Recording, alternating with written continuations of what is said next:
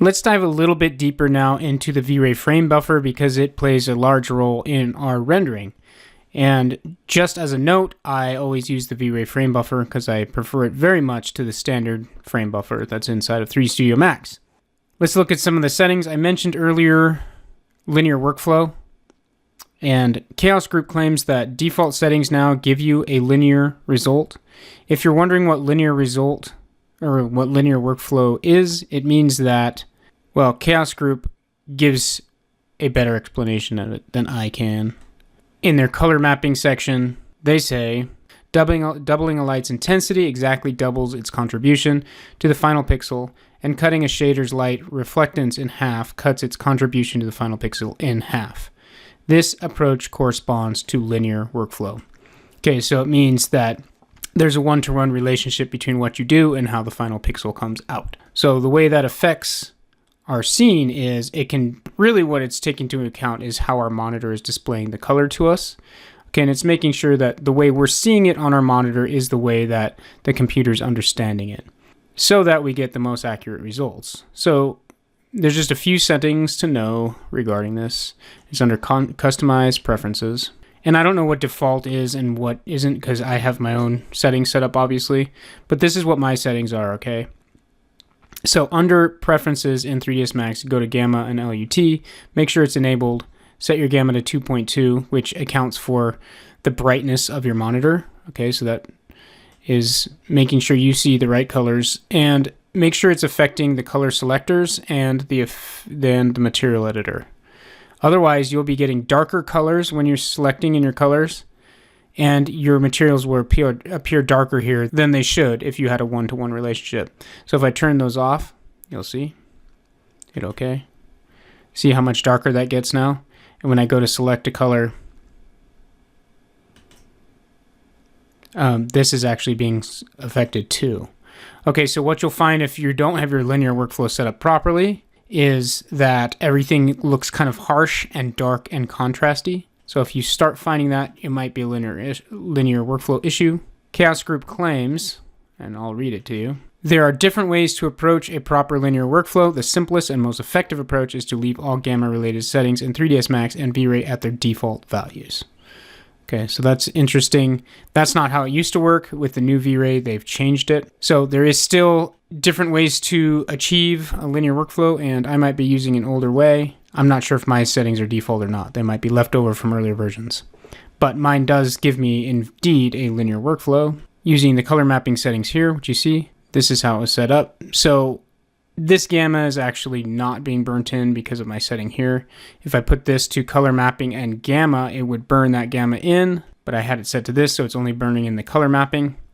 That's set to 2.2, but the way that I adjust for that is in here, you can turn on display colors in sRGB space or not. Okay, and so make sure you're seeing this looking more like this. Your middle gray should look more like this, not super dark, super harsh. And then in your frame buffer, depending on what your other settings are, you may or may not need to turn on the render in sRGB space. So right now the lighting is proper in here. It's not super dark and harsh.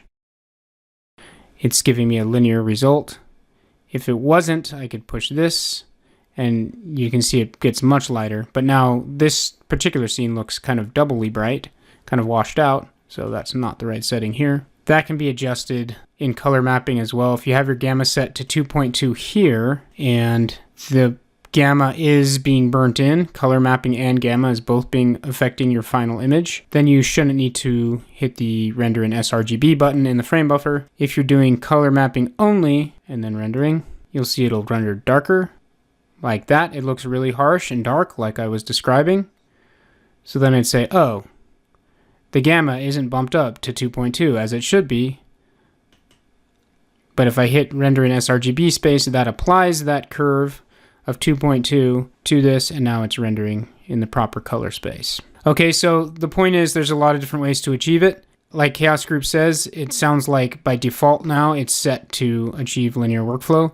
If you are getting really harsh looking renderings and really dark shadows, then you might need to adjust some of these settings. Make sure this 2.2 is being applied to your frame buffer somehow, either by this button or being burnt in with the color mapping. And you'll know because it'll look kind of like that. Okay, but let's look at some of the other settings in the frame buffer now. The V-Ray frame buffer, and the reason I use it is because it gives you a ton of leeway to do things in here. Okay, when you press this button here, it brings up options over here, and it allows you to do some post-processing within your V-Ray frame buffer. So if I turn exposure off, it will look like that. Okay, if I turn it on, I can do a drop down here, and I can turn up and down my exposure, which is quite cool. See how effective that is. And it's giving you more range than it would have in Photoshop too, which is great. So you can see I can go all the way to here and still see this image here, or I can go all the way up and all that detail remains. It never gets blown out or anything like that. It's non-destructive. So there's that, and then there's highlight burn. These are all just adjustments basically. It's like using Camera Raw in Photoshop if you've done that. So you can make a lot of adjustments to your image before you even spit it out. Now, I wouldn't suggest going too crazy with these adjustments because you can always do them in Photoshop, especially if you save out a high bit image, so you can still have all that range there. But you want it, like exposure is an obvious one. Like you want to get your exposure right before you put it into Photoshop, because sometimes you don't have the leeway to adjust it as much as you do in here. Like I mentioned before, the white balance, I don't mess with it too much in the camera because you can do it right here. You can also do it in Photoshop. But again, this is giving you all that pixel information, so it gives you a much wider range and it's just a lot easier than it would be in Photoshop. Something right about there. Okay, so hue saturation, color balance, I like to use this sometimes if you want to get a more moody image. Okay, and if you're wondering what a lot of these buttons are down here, they're actually just turning on and off these settings up here. So like levels, you can see when you check that on, it checks this button down here, like that. Okay, so really most of your settings for the V-Ray frame buffer are right here, and these are adjustments you'll be familiar with if you used any Photoshop before. And of course, we're going to get into post-processing still too, so we can look more at this. Another thing I do want to bring up though that doesn't apply to this up here is the lens effect settings. So these can be important. They're actually being applied already to my scene. You can see the light bloom going on in the windows right here.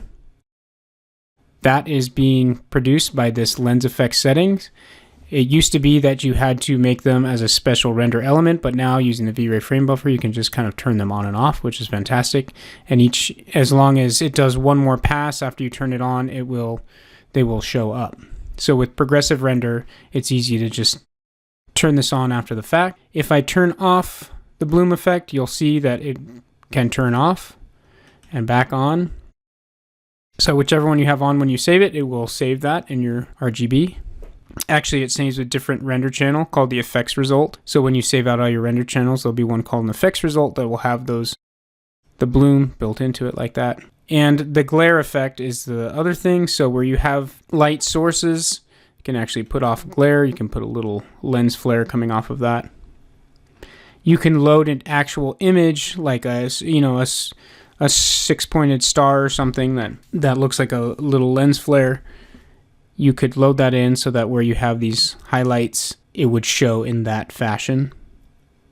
I'm not going to go through all the settings here, but just know that they're here and you can control them. The main settings are the weight and size of the bloom. If you take the bloom way up like this, obviously it's going to bloom kind of everywhere and give it kind of that ethereal look. If you go to size, then it will get much bigger like this. Now it's filling your whole scene shape.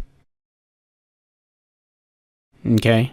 So this is something, I mean, the best way to figure out what you want to do here is to just adjust these settings and use your eyes to try and find a setting that works well for you. I would just suggest that you don't go too overboard. Like something subtle like that is not bad, although right here I think it's kind of ridiculous. So I'd say smaller and a little less weight would be fine. And I will show you also that you can create these blooms in Photoshop fairly easily and maybe have more control over them, although they'll be less accurate, I'd say.